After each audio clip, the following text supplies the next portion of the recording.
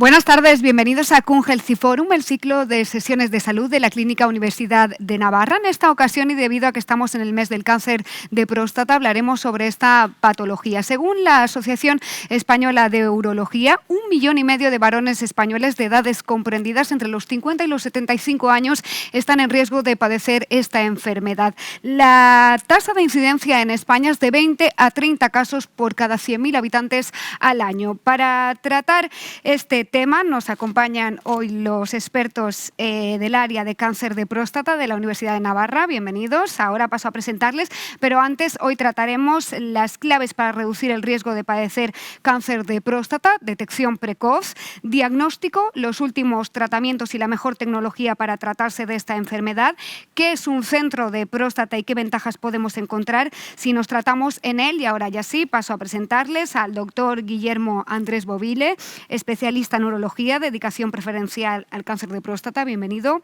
Muchas gracias. La doctora María Dolores Fenor de la Maza, oncóloga médica. Bienvenida. Buenas tardes. El doctor Cambeiro, especialista en oncología radioterápica. Bienvenido. Muchas gracias a todos. Bienvenidos a Kun Healthy Forum, doctores. Doctor Andrés, y ya vamos directamente a entrar en materia. ¿Qué es el cáncer de próstata? Bueno, pues nada, en primer lugar, muchas gracias por la invitación y por la oportunidad de difundir el mensaje en un mes tan importante. El cáncer de próstata, además de ser una de las enfermedades más frecuentes en el varón, es una de las enfermedades que más estigmas tiene, ¿no? Y una de las claves es que los pacientes pues tienen mucho miedo a hablar de esta enfermedad por las secuelas que pueden tener en el tratamiento.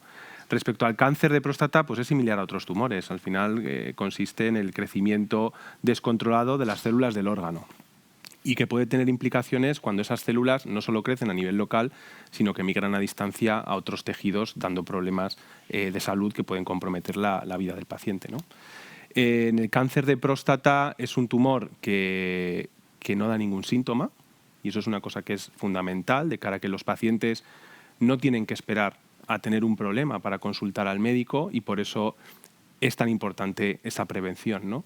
Y en ese sentido, el análisis de sangre nos permite identificar qué pacientes merece la pena estudiar en profundidad.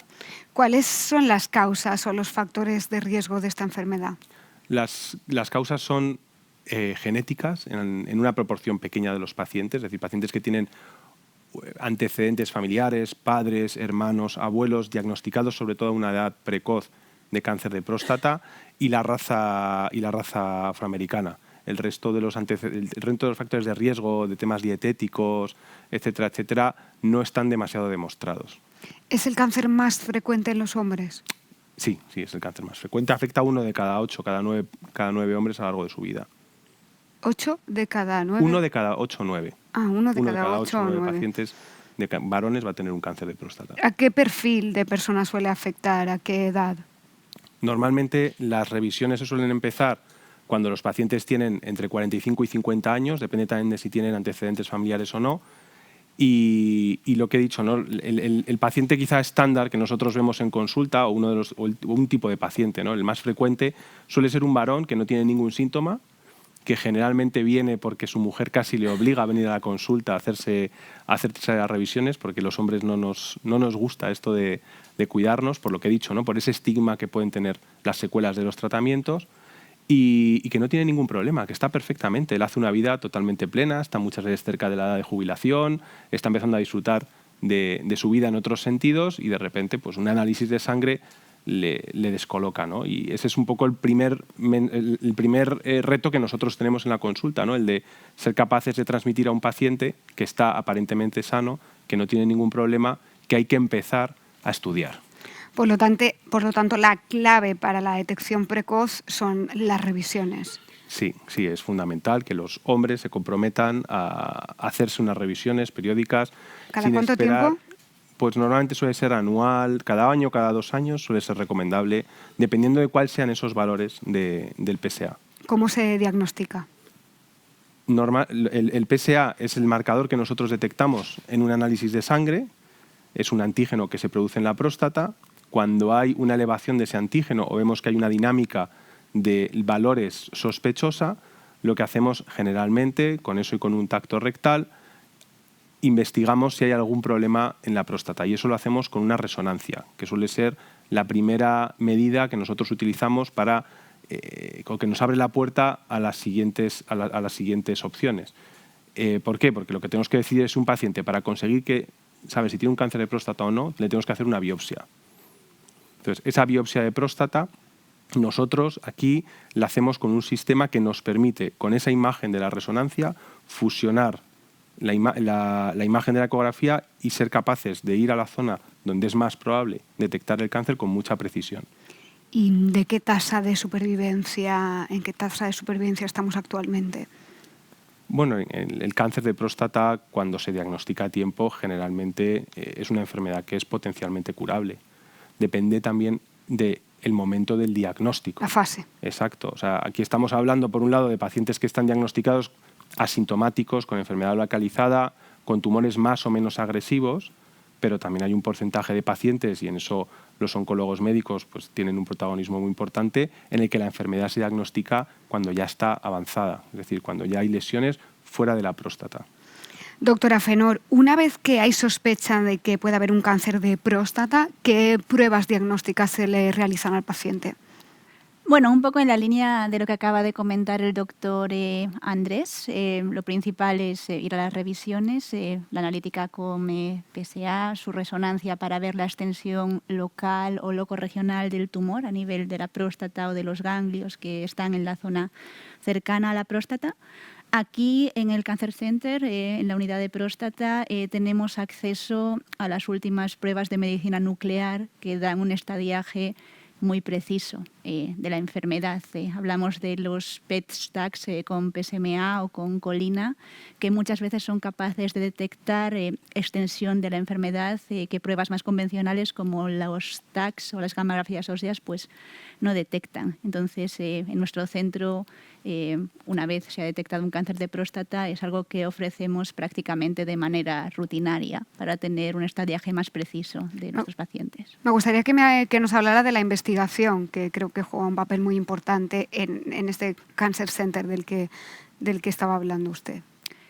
Sí, por supuesto. Aquí hay acceso a todos los tratamientos estándar, con los servicios de oncología médica, oncología radioterápica y también urología, pero también hay un acceso muy pionero a terapias pues que también intentan ver el papel de la terapia investigacional, tanto en el escenario curativo como en los escenarios en los que, que a veces el tumor no ha respondido o ha respondido un tiempo, pero luego ha empeorado tras los tratamientos estándar.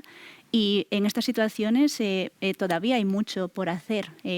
Aquí tenemos acceso a la medicina personalizada del tumor. El tumor se puede caracterizar de una manera genética para ver si puede ser candidato a algún tratamiento experimental o con alguna terapia específica contra esas alteraciones. Y yo creo que es una de las características distintivas de esta. ¿Ha avanzado mucho el tratamiento en estos últimos años?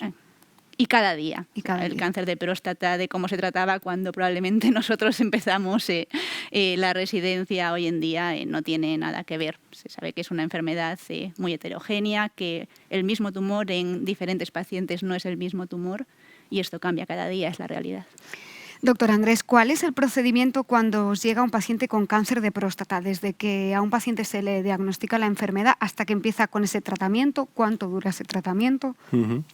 Pues normalmente cuando un paciente ha sido diagnosticado en otro centro de un cáncer de próstata y pide cita aquí en la Clínica Universidad de Navarra, en el Cancer Center, lo que hacemos es una preparación de la consulta. En eso suelen hacer un trabajo formidable la enfermería de preparación para ver qué pruebas tiene el paciente, qué pruebas pueden ser necesarias para darle un mejor diagnóstico. Y entonces ya empieza un proceso que a mí me gusta decir que es como un proceso de sastrería, ¿no? Intentamos hacer un traje a medida a cada paciente. Es decir, invertimos mucho esfuerzo en el diagnóstico, y no es simplemente saber si tiene un cáncer o no tiene un cáncer de próstata. Es importante saber cómo está ese cáncer, qué tipo de cáncer es, la agresividad, la extensión. Para eso disponemos, como han dicho, de la resonancia y el PSMA. Hacemos una biopsia donde somos capaces de trazar un mapa de la próstata en las zonas donde hay tumor, donde no hay tumor, y con todo eso tenemos diferentes perfiles de pacientes, ¿no? Tenemos, por un lado, los pacientes que tienen una enfermedad localizada, órgano confinada, En esos pacientes buscaremos siempre la curación de la enfermedad, y eso se puede alcanzar de dos maneras, o bien tratando la próstata entera, el órgano entero, o bien tratando la zona donde sabemos que está el tumor, que es el tratamiento focal. ¿De acuerdo? Cuando tratamos la próstata entera, eso lo hacemos bien, oncología radioterápica o urología, se puede hacer de dos formas, quitando el órgano, que es la cirugía, es la prostatectomía radical. ¿Ese tratamiento sería en el caso de que el tumor, la enfermedad estuviera extendida? No, localizada. Localizada. Lo que estamos hablando es, cuando el tumor está solo en el órgano, tenemos que ser capaces de erradicar la enfermedad dentro del órgano. Luego haremos un seguimiento y veremos cómo evoluciona, que también puede haber problemas en esos casos, ¿no? que es la recurrencia del tumor. Pero cuando tratamos el órgano entero, lo podemos hacer de dos formas, o extirpándolo, que es la cirugía, la prostatectomía radical, que se puede hacer por vía robótica, abierta o laparoscópica. Aquí generalmente la mayor parte de los pacientes pues, se benefician de un abordaje robótico que tiene ventajas, tiene las ventajas de proceder con un material mucho más preciso, con visión tridimensional, incisiones muy pequeñas, los pacientes se recuperan antes y todas esas secuelas de las que la gente le da miedo a hablar, pues creo que somos capaces de controlarla en la mayor parte de los pacientes. Pero luego eso, si quiere, hablamos más despacio. Entonces, por un lado está la cirugía, que es la prostatectomía radical. Por otro lado está dentro del tratamiento radical la radioterapia, que eso el doctor Cambeiro nos hablará también más tranquilamente. Y luego el tratamiento focal. El tratamiento focal al final es una evolución natural de lo que vamos viendo día a día. Si somos capaces de hacer una prueba donde detectamos el tumor en una zona solo, el resto está limpio, es un tumor que no es de una agresividad excesiva, es un tumor de un riesgo intermedio bajo, nosotros somos capaces, de la misma forma que hemos hecho una biopsia, de colocar una serie de agujas y de manera mínimamente invasiva, y cuando digo mínimamente invasiva es que el paciente está un día ingresado y al día siguiente se va a casa y prácticamente no tiene ningún síntoma ni ninguna secuela, somos capaces de tratar solo la zona donde está el tumor. Es muy importante detectar, por lo tanto, dónde está de ahí la inversión localizado. En el esfuerzo, en el diagnóstico de precisión, que es la clave que nos abre la puerta a todo lo demás. Porque eso diferencia el tipo de tratamiento que será mejor. Sí, o sea, es lo que al final no hay dos pacientes iguales, y no hay dos pacientes iguales ni por el tipo de tumor, ni por las preocupaciones que puedan tener, ni las prioridades que puedan tener. Entonces tenemos que ser capaces de balancear o de fusionar, ¿no? esas dos necesidades, esas dos realidades, unas cosas, lo que quiere el paciente y lo que necesita el paciente y lo que se le puede hacer. Y dentro de esos tratamientos pioneros, y ahora le toca a usted, doctor Cambeiro, ¿qué nos puede contar de la braquiterapia? De la braquiterapia. Bueno, la braquiterapia es radiación interna, es una radiación que se tiene que realizar de una manera un poquito más compleja respecto a la radiación externa. La radiación externa emplea radiación ionizante que se genera en equipos especiales y que se dirigen de una forma muy precisa al objetivo desde fuera hacia adentro, ¿vale? Y la braquiterapia es una forma de radiación en donde tenemos que llevar un vehículo, ¿vale?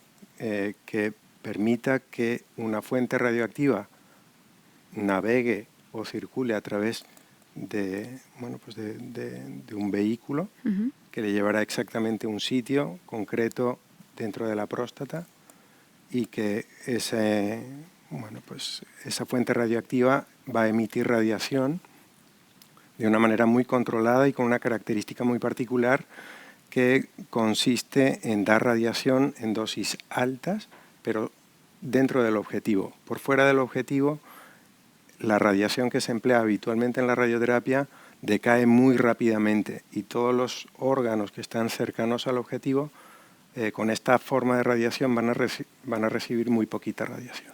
¿Y para qué tipo de paciente está indicado?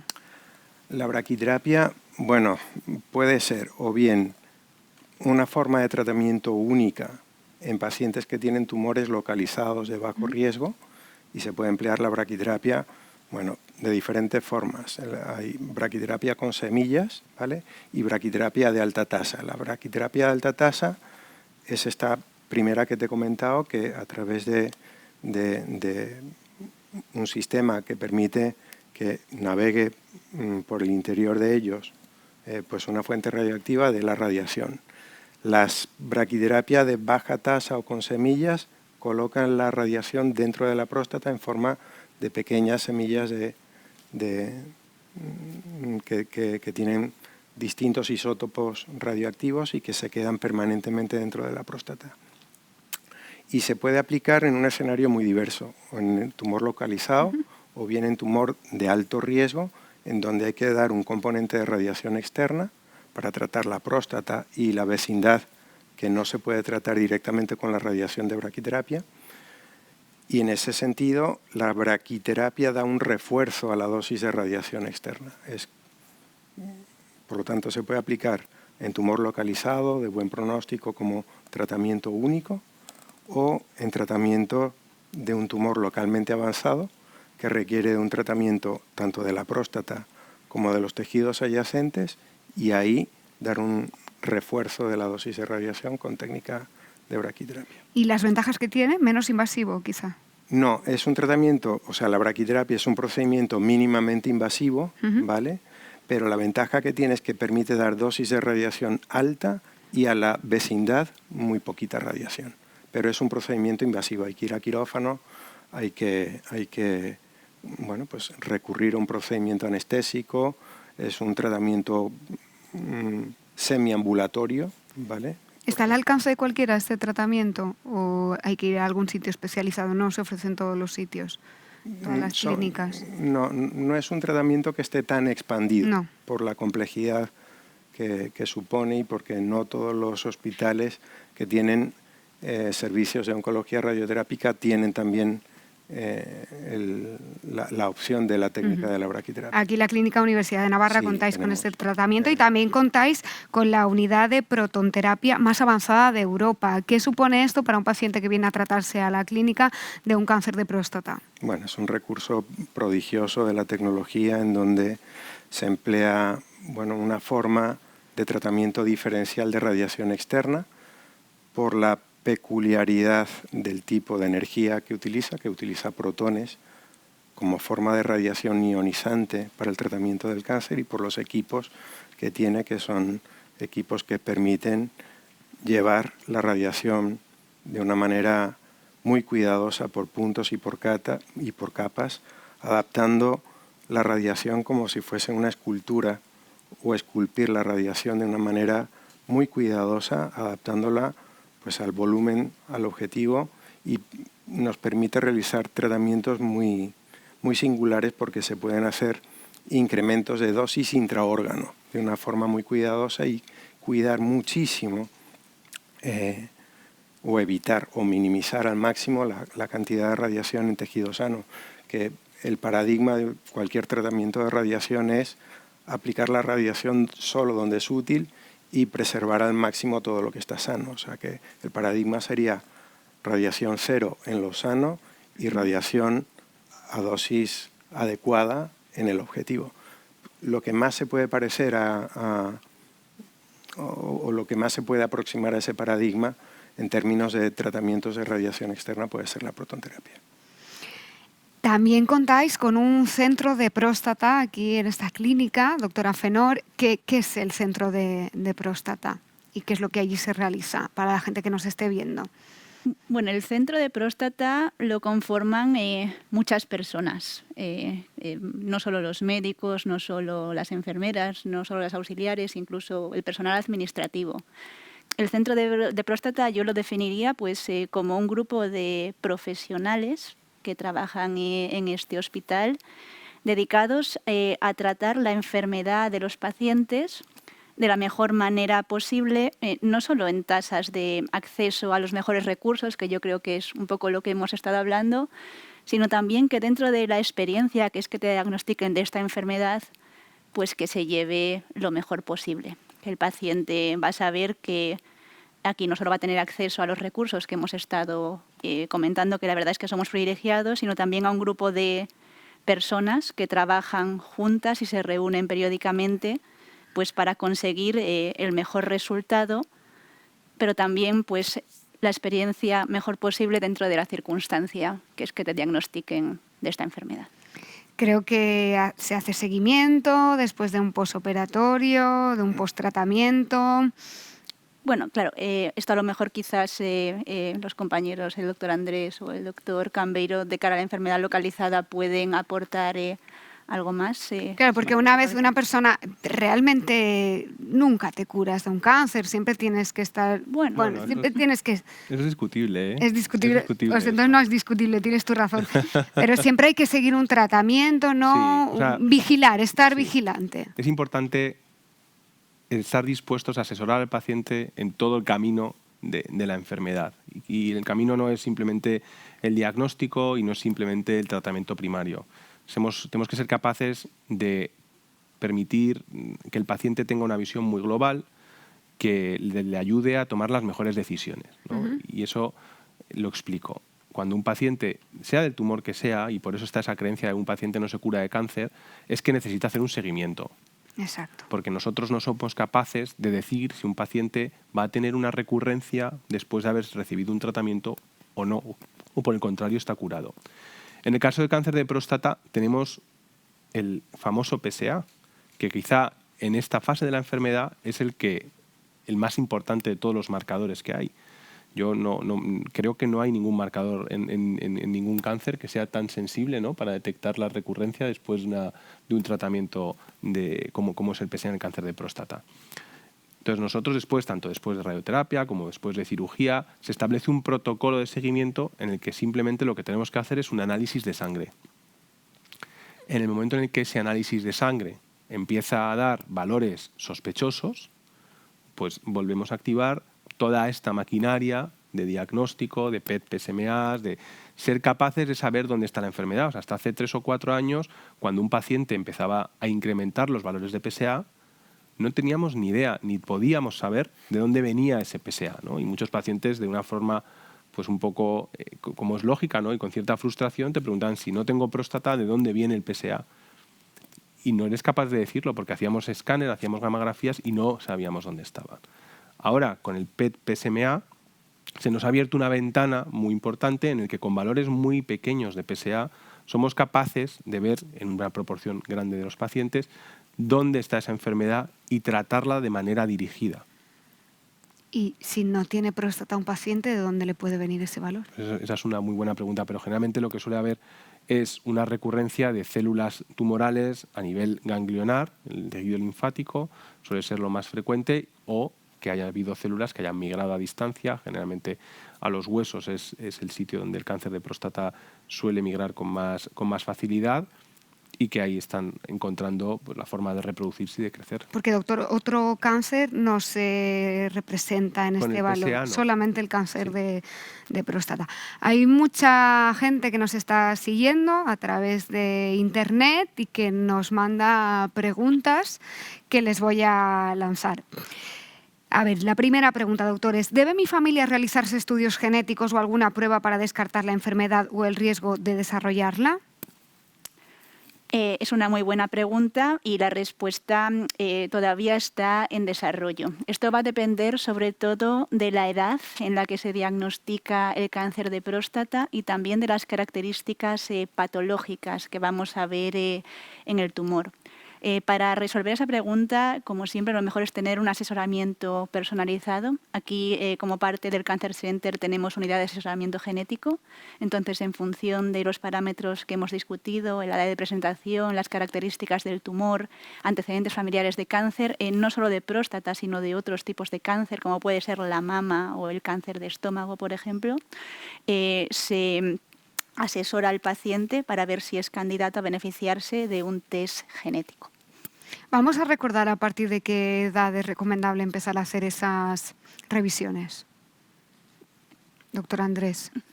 Alguien que no tenga antecedentes, ¿a qué edad? A partir de los 45 o 50 años. 50. Análisis de sangre y visita al urólogo. Es muy sencillo. Es un análisis de sangre donde tiene que ver cuál es el valor de PSA. Y con esa información no tiene ni que interpretarla, pedir cita con un urólogo sobre todo para 2 cosas. Primero, para saber interpretarlo, y luego también para establecer un punto de referencia en las revisiones posteriores, ¿no? Porque al final el PSA, hay como una especie de creencia que es cierta, que a partir de 4 es más probable tener cáncer y menos de 4 no tienes cáncer de próstata, y eso no es real. Al final eso es un punto de corte estadístico. Y lo que tenemos que ver no es tanto el valor absoluto, sino cómo es la evolución de ese PSA a lo largo del tiempo. Entonces, hay pacientes con PSAs bajos, o que tienen antecedentes familiares de cáncer, que tienen un PSA que no llega a esos niveles de sospecha, pero merece la pena estudiarlos porque pueden tener alguna mutación en algún gen que les predisponga al cáncer de próstata, que debutan con PSAs más bajos. Bueno, en fin, que hay que, para hacerlo sencillo, 45 o 50 años, análisis de sangre, visita al urólogo. Cuando un paciente ya ha sido tratado, ¿se ha curado del todo o puede tener recidivas, doctora Fenor?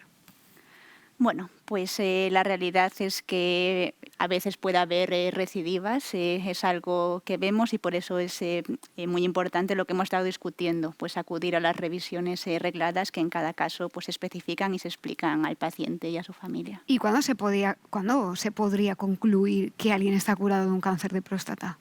¿Qué valor de PSA tendría que...? Esa pregunta no tiene respuesta. O sea, no está claro a partir de qué fecha puedes decirle a un paciente que está curado de un cáncer de próstata, porque hemos visto recurrencias muy tardías y con evoluciones muy malas. Tampoco hay que tener a los pacientes muertos de miedo con la espada de Damocles. Es verdad, y eso está visto, ¿no? que las recurrencias cuanto más tarde ocurren, valga la redundancia, y dependiendo de cuál sea esa dinámica de PSA, muchas veces no tienen una consecuencia vital para el paciente. O sea, hay que ver un poco la edad de la recurrencia, el tipo de tumor que tenía. Es decir, volvemos un poco a lo de antes. Tenemos que ser capaces de caracterizar muy bien al paciente, ver cuáles son el tipo de tumor y hay ciertas cosas que nos van a permitir decir, pues mire, vamos por este camino, vamos por este otro. Y una pregunta que me surge a mí. ¿Una persona con cáncer de próstata puede hacer una vida normal? Porque al final, si nunca sabes cuándo estás curado o si tienes que seguir, ¿puedes hacer una vida normal? Pues puede hacer una vida normal en tanto en cuanto las secuelas de los tratamientos no le afecten a su calidad de vida. Y eso es una cosa muy importante. El cáncer de próstata es el más frecuente en los varones, pero no es ni la primera ni muchas veces la segunda causa de muerte por cáncer en varones. ¿Eso qué supone? Que hay un gran número de pacientes que están en esa situación, que han sido diagnosticados, que han sido tratados y que son supervivientes del cáncer de próstata. Cómo estén esos pacientes es fundamental para que puedan hacer una vida normal. Yo, ¿qué les cuento a los pacientes en la consulta? Les cuento para qué sirve la próstata. Y la próstata sirve para tener hijos. Es una glándula que sirve para que los espermatozoides sean capaces de fecundar los óvulos. Y paradójicamente, cuando deja de cumplir esa función, más o menos, porque a partir de los 50, 60 años la mayor parte de los hombres no está pensando en tener hijos, empieza a dar problemas. Empieza a dar problemas sobre todo para orinar, que es la hiperplasia benigna de próstata, y muchas veces se confunde, ¿no? Eso de, no, si yo estoy bien, no tengo ningún síntoma, no tengo ningún problema, ¿cómo es posible que tenga un cáncer? Y luego el cáncer de próstata. Y la próstata, no siendo un órgano que les permita hacer ninguna función importante en ese momento vital, está relacionada con dos funciones que sí que son fundamentales, que son la continencia de orina, porque la próstata reposa sobre el esfínter urinario y además forma parte del esfínter urinario interno, y luego con la función con la función sexual, con las erecciones, porque los nervios que se encargan de la erección van íntimamente adheridos a la próstata. ¿Qué podemos hacer nosotros para que esos pacientes tengan el menor impacto en su calidad de vida? Definir muy bien cómo está ese cáncer y cómo es de agresivo y luego darles el tratamiento óptimo para que esos efectos secundarios sean lo mínimo. El tratamiento focal permite preservar muchas de esas funciones, la braquiterapia también permite preservar muchas de esas funciones, pero los tratamientos tradicionales, como eran la cirugía por la prostatectomía radical robótica, con todo ese mapa que tenemos del tipo de cáncer, de la localización y los instrumentos tan precisos de los que disponemos, somos capaces de preservar todos esos nervios que se encargan de la erección. Y en la mayor parte de los pacientes, prácticamente asegurarles la continencia, es decir, van a estar continentes en un 95% de los casos, y eso es para toda la vida. Y luego la disfunción eréctil pues es muy variable, porque también es una enfermedad que afecta a varones mayores y cuantos más años tienes, también empieza a haber problemas de erección. Nosotros nunca mejoramos la función sexual, pero sí que es verdad que tenemos un 70-80% de pacientes que no tienen ningún problema antes y que son menores de 65 años que consiguen con o sin medicación mantener también esa esfera de su calidad de vida. Otra pregunta que nos envían. ¿Qué esperanza de vida tiene una persona con cáncer de próstata? Depende. Bueno, sí. A ver, o sea, normalmente el tumor de próstata o el cáncer de próstata es un tipo de tumor que tiene una biología generalmente lenta, ¿vale? Pero eso no siempre es así. Cuando se diagnostica un tumor en un estadio precoz y recibe un tratamiento con intención radical, bien sea quirúrgica o radioterápica, la posibilidad de controlarlo es altísimo, y si está pues, un paciente en situación de control de tumor, pues sigue su trayectoria vital. Cuando el tumor de próstata no está controlado, ya puede amenazar a la supervivencia y ser una causa de mortalidad. Y hay que tener un equilibrio muy cuidadoso sobre cómo hay que dirigir el tipo de tratamiento y la forma de tratamiento que hace falta cuando un paciente ha tenido pues, un indicio o una señal clara de recaída después de un tratamiento con intención curativa. O sea, hay pacientes, posiblemente prácticamente más del 90% de los casos se diagnostican en una etapa en donde se puede ofrecer un tratamiento potencialmente curativo, y a partir de ahí pues hay un porcentaje de pacientes que pueden recurrir, y estos son los que pueden tener un compromiso en la supervivencia derivado de la, de la evolución. Hay que modificar el curso de la enfermedad, ¿no? Pero hay que hacerlo de una forma inteligente, hay que saber modular muy bien la forma de los tratamientos que hacen falta para, corregir el problema, y también cada vez más intentar cuidar de la calidad de vida del paciente. Sí, dime. Porque la realidad es que también no estamos hablando mucho de ello, pero hay pacientes que la enfermedad debuta fuera del órgano, la enfermedad metastásica. Y en estos casos los pacientes también tienen que saber que con los abordajes actuales que cambian cada día, las supervivencias son muy largas. Podemos hablar de muchos años, combinando hormonas con radioterapia, con tratamientos locales, combinando incluso hormonas con quimioterapia, esto ya lo estamos viendo.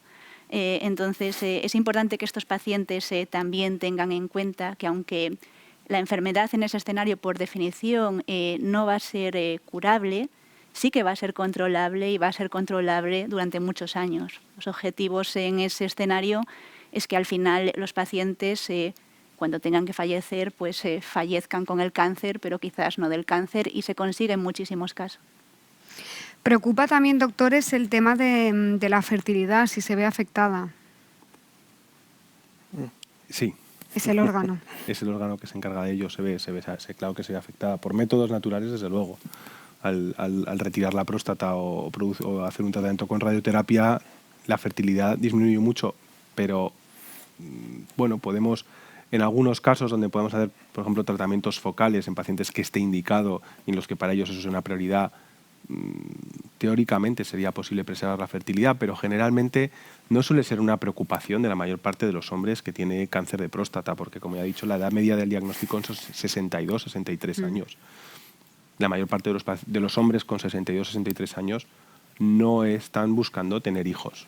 Hay algunos que sí, hay pacientes que son muy jóvenes, diagnosticamos pacientes cada vez más jóvenes con 50, 49, 47, 39 años, pero son muy pocos casos y es un tema que hay que discutir con ellos. Pero insisto que no suele ser lo más frecuente, y se pueden hacer cosas, ¿no? Fuera de lo que sería un embarazo natural. Existen alternativas que por lo menos hay que... Sí, cada vez más.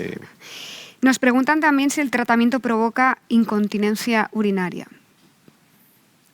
Bueno, lo que hemos hablado antes. Es una de los dos estigmas, en mi opinión, que hacen que los pacientes, aparte de la palabra, ¿no?, del cáncer, que no hablen de su cáncer de próstata, que eso es una cosa muy frecuente, son los estigmas que están asociados de incontinencia y de disfunción eréctil.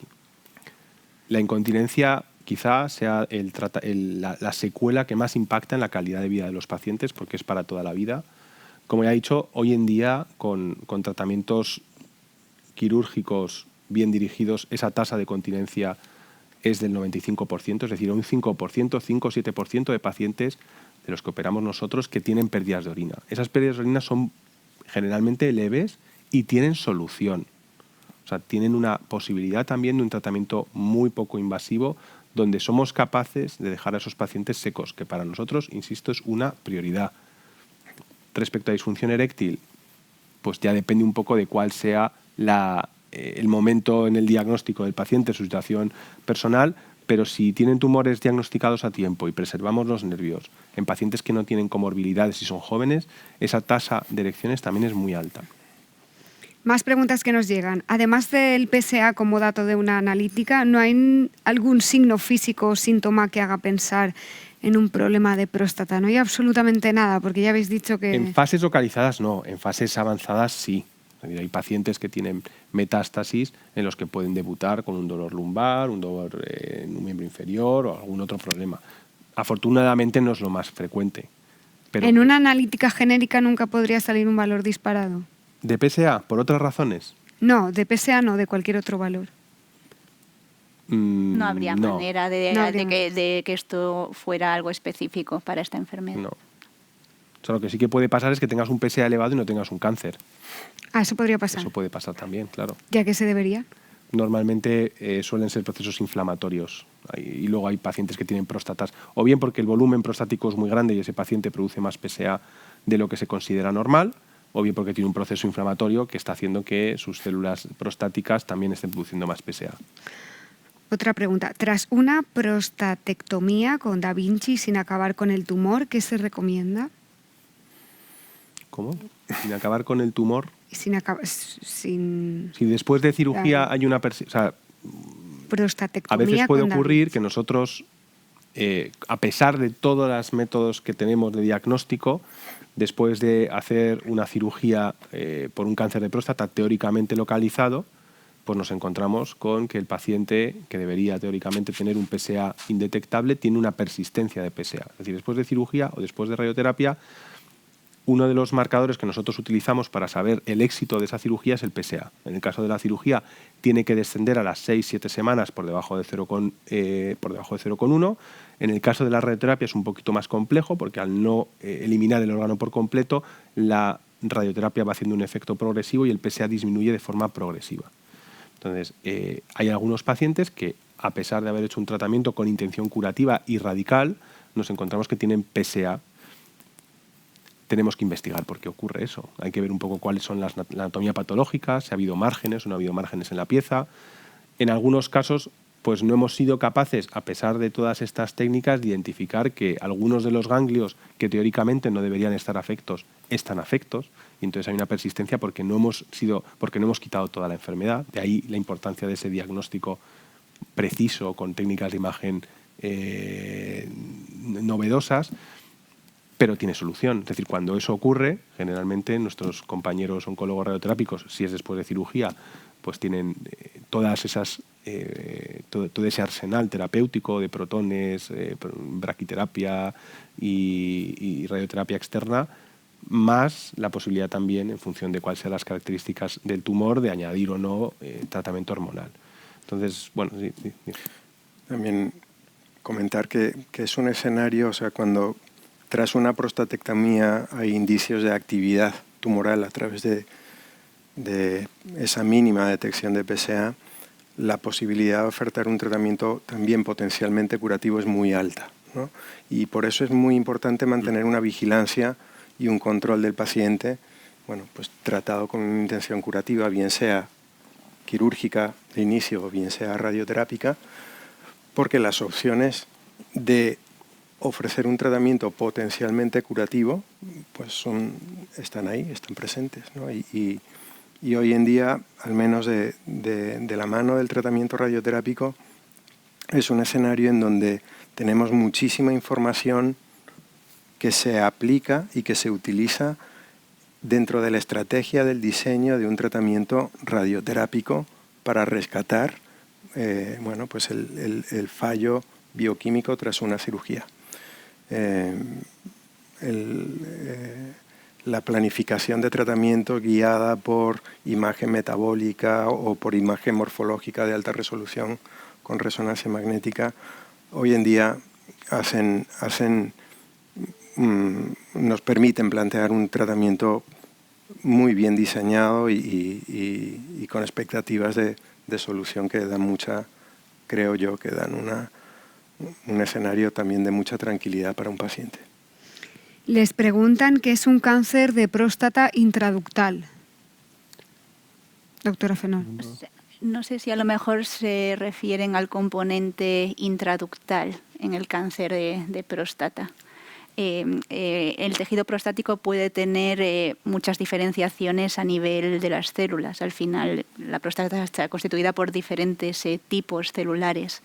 Entonces, quizás esta pregunta vaya por la vía de que los cánceres de próstata con diferenciación intraductal tradicionalmente se han asociado a determinadas alteraciones genéticas que parece que los hacen más sensibles a los tratamientos con inmunoterapia. Entiendo que la pregunta va por ese aspecto. Es verdad que no son alteraciones que se vean muy frecuentemente, son infrecuentes, pero también es cierto que cuando se detectan estos tumores parece que son más sensibles a los tratamientos inmunoterápicos. ¿Qué es un valor bajo de PSA o alto que lleve a recomendar un inicio de estudio cancerígeno? Que pongamos números, nos piden. Por encima de 3,5, yo creo que es un valor en el que tenemos que empezar a estudiarlo. No quiere decir necesariamente que haya que hacer nada agresivo, pero sí que por lo menos levanta una bandera roja donde digan, oigan ustedes, esto hay que seguirlo o hay que ver si tenemos que hacer alguna prueba más. Y generalmente por debajo de 1 nanogramo mililitro suele ser un valor que es muy poco probable que esté relacionado con un cáncer, incluso a largo plazo, ¿no? Por encima de 3,5, entonces es cuando... Por encima de 3,5 hay que empezar a hacer más cosas, hay que investigar o repetir ese análisis, hacer diferentes cosas para establecer si ese valor es real, no es real, si hay que hacer una resonancia o no hay que hacer una resonancia que nos obligue o que nos recomiende más que obligue a estudiarlo con una biopsia. ¿Un paciente que tiene hiperplasia benigna de próstata tiene más posibilidades de tener cáncer de próstata? No. No hay una relación entre la hiperplasia benigna de próstata y el cáncer de próstata. La confusión viene porque, confusión no es una confusión, ¿no? O sea, la duda, que es lógica, viene porque las dos afectan al mismo órgano, que es la próstata, y porque la hiperplasia benigna de próstata da síntomas, mientras que el cáncer de próstata rara vez da síntomas. Entonces los pacientes suelen consultar más por problemas a la hora de hacer PIS, que suelen ser secundarios a una hiperplasia, que por el cáncer de próstata. Generalmente coexisten, es decir, la mayor parte de los pacientes, porque la hiperplasia también es una enfermedad de la próstata que se da con la edad y con los años, suele estar presente en el momento de diagnóstico de un cáncer en un porcentaje elevado de los pacientes. Para la prevención y promoción de la salud para futuros adultos, ¿cómo podemos tener una calidad de vida para prevenir el cáncer de próstata? Pues eso es una buena pregunta también. La prevención, cuando hablamos de prevención siempre hay dos tipos de prevención, la primaria y la secundaria. La primaria es aquella que incide en los hábitos que nos disminuyen el riesgo de desarrollar el tumor. Y la secundaria, que es en la que estamos haciendo hincapié y en la que sobre todo va un poco encaminada el Movember, tiene como objetivo detectar precozmente la enfermedad cuando se ha desarrollado. La prevención primaria en el cáncer de próstata no hay ninguna medida especial, pero es verdad que yo a los pacientes cuando me preguntan les digo que llevar un estilo de vida saludable les va a permitir tener una mejor calidad de vida a todos los niveles, o sea, no solo para el cáncer de próstata, o sea, comer bien, sano, hacer ejercicio, no fumar, evitar el alcohol, etcétera, etcétera, no solo va a prevenir, no sé si lo prevendrá el cáncer de próstata, pero lo que le va a prevenir son enfermedades cardiovasculares que muchas veces tienen una importancia mucho mayor en los varones que el cáncer de próstata, ¿no? Ya para terminar esta conferencia nos está escuchando mucha gente. Me gustaría que mandaran un mensaje final. Estamos en el mes del cáncer de próstata. Es un cáncer que preocupa a la sociedad. Si quiere empezar usted, doctora Fenol. Bueno, lo primero que sepan que no están solos y sobre todo no tener miedo. Aunque, bueno, desde aquí es sencillo decir no tener miedo, pero que muchas veces cosas que tememos al final nunca acaban ocurriendo. O sea que lo primero es acudir a las revisiones, como se ha comentado.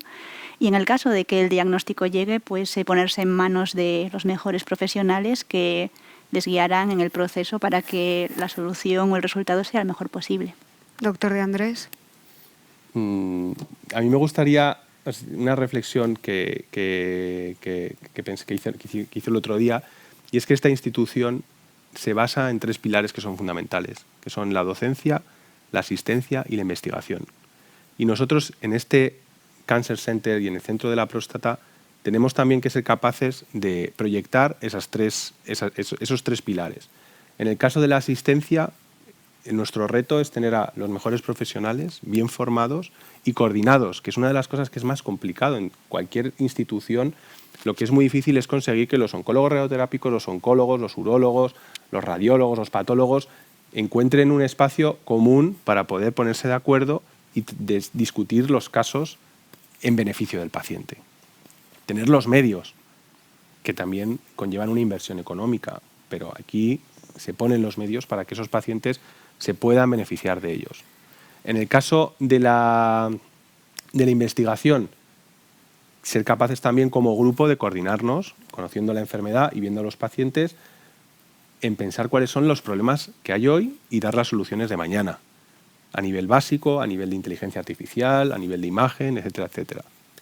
Y por último, en docencia, más allá que enseñar a los alumnos y a los residentes, que eso es una obligación que tenemos, mediante estas plataformas dar a conocer el mensaje y ser capaces de que la gente, la sociedad, los hombres entiendan que esto es una enfermedad muy frecuente, que si se detecta a tiempo tiene cura en la mayor parte de los casos y las secuelas que pueda haber las minimizamos al máximo. Intentamos que no estén, pero creo que somos capaces en muchos casos de eliminarlas y de que no les impacten en su calidad de vida y en su día a día y que al final esto, que es una enfermedad, les produzca ansiedad antes de hacerse los análisis, que idealmente será, cuando haya pasado un tiempo, una vez al año. Doctor Cambeiro, ya para terminar. Pues yo creo que ya se ha resaltado lo más importante, lo más relevante, pero bueno, estamos con la mejor disposición para conocer, comprender y manejar a un paciente que puede ser diagnosticado de un tumor de próstata y que requiere de un proceso complejo para conocerlo, comprenderlo, para manejarlo, pero que yo creo que hoy en día la medicina de hoy acoge muy bien, estudia muy bien, acompaña y maneja y quiere manejar bien. Y que el objetivo del Cancer Center es apostar por lo mejor para el paciente, ¿no? Y competir por lo mejor para el paciente y no competir entre las diferentes formas de tratamiento, que cada uno tiene una experiencia, pero volcamos la experiencia de cada especialidad al servicio del paciente, y así es la única forma de enriquecer de verdad el manejo del paciente, en concreto con un cáncer de próstata. Gracias, doctor. Recuerden, análisis de PSA a partir de los 45-50 años y revisiones. Muchas gracias a los 3 y a ustedes por acompañarnos. Les dejamos con un vídeo.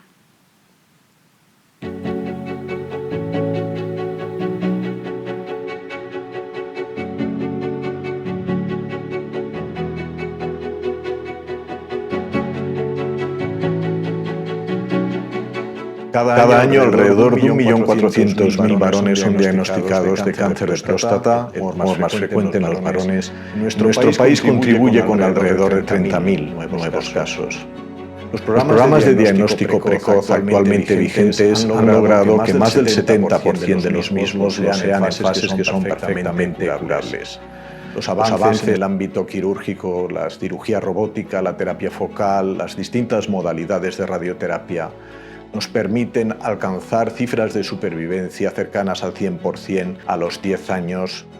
Pacientes de todo el mundo consultan con el área del cáncer de próstata del Cancer Center de la Universidad de Navarra, donde un equipo multidisciplinar constituido por profesionales de distintas especialidades procuran dar respuesta a los problemas de cada paciente que consulta. Conscientes que dependiendo del tipo de tumor y de lo precoz del diagnóstico somos capaces de curar a los pacientes sin secuelas, pusimos en marcha un programa de diagnóstico precoz en varones mayores de 50 años que ya están dando sus frutos.